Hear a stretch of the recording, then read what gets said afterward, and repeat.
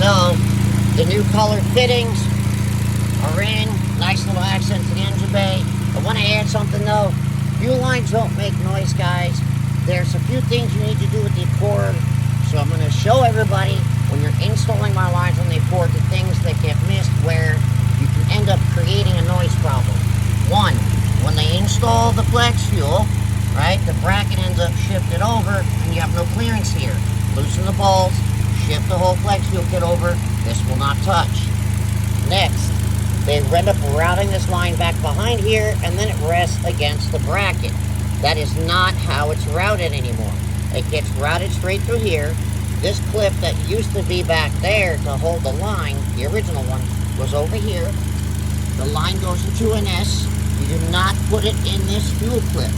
Run it in a large S. Come straight over here. The reason we do the large S is so that this stays straighter. So the line's designed to be a little bit longer so that, because if I bent it this way right into here, this ends up pushing this back against here.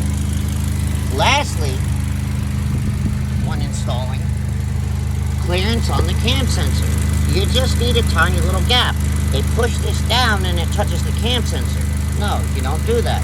You pull up on the line just a little when you're ready to clip in and then clip it in and this clears. Nothing touches. Fuel lines do not make noise.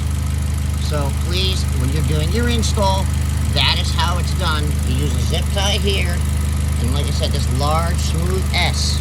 That's why the line is slightly longer.